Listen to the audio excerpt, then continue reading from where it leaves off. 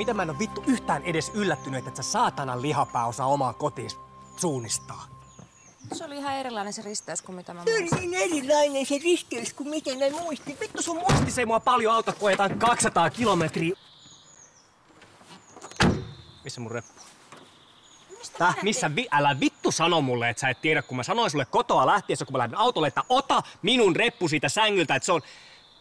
Vittu, tää ei oo vittu todellista. Mä oon idioottien ympäröimä. Mä oon idioottien ympäröimä! No ketä sieltä nyt tulee? Tervetuloa vaan.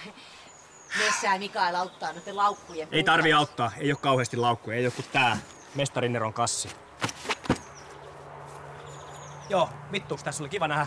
Mä lähden saman tien Helsinkiin. Moikka! No ei nyt ruveta hötkyyn tässä ollenkaan. Eiks joku nyt voi lähettää ne teidän tavarat sieltä?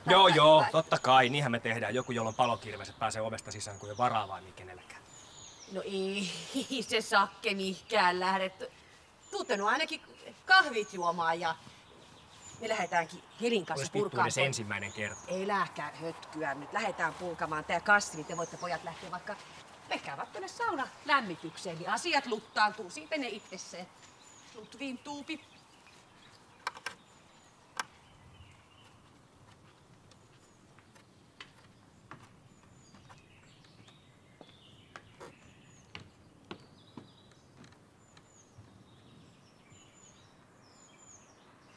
Ihan vaan mielenkiintoista, miten te olette nyt sit ajatellut tänne, että me vedäspä koko kesän yksillä kalsareilla vai mikä tää suunnitelma on sitten?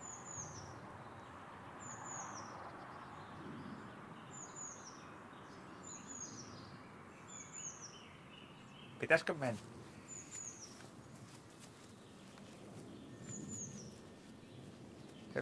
Vajalla. Tää? Klapia hakemaan.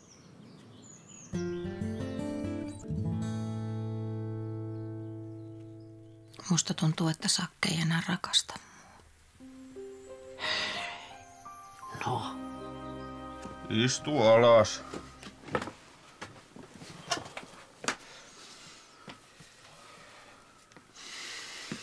Täällä sitä kato hermo lepää. Niin.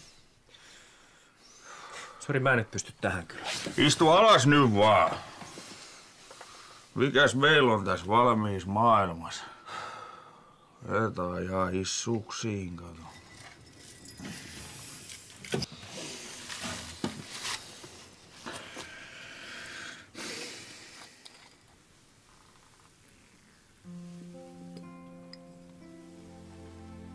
Te ootte niin nuoria vielä.